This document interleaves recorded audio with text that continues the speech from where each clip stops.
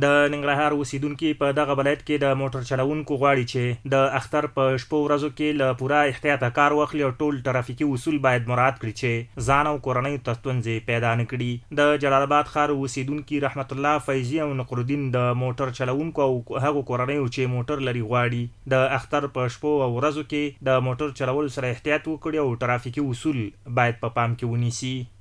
زه په دې ډریورانو باندې او په دې خانانو باندې په دې ګاډي والا باندې غږ کوم چې د اختر شپو کې خپل بچو ته دا ګاډی مور کوئ، بې ځایه حرکتونه کوئ، بیا هم د ترافیک نوم بدي، هم د بل بدي، هم د بل بدي.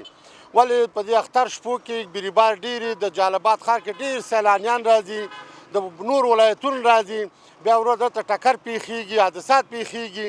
دا به ښه کار نه وي او خوشحالۍ ورځ تاسو باندې په غم تېرېږي. په ټولو ښاریانو باندې غږ کوم د اختر په خوشحالۍ تېره کوي.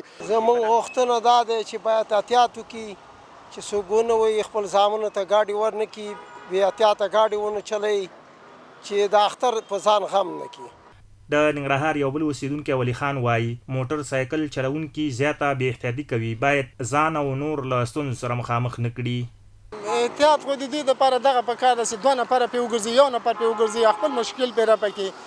داسې نه خدای ناخواسته سبا داسې یو حادثه ورته پیښه شي چې بل هم په غم ورسره اخته وي او خپل هم په کور په غم ککړ وي. دا نه ده پکار ورته. هر کال د اختر په شپو ورځو کې د موټر او موټر سایکل چلوونکو د بې احتیاطۍ له کبله ترافیکي پیښو کې زیاتوالی راځي او ډیری هیوادوالو ته پکې مرګ ژوبله اوړي.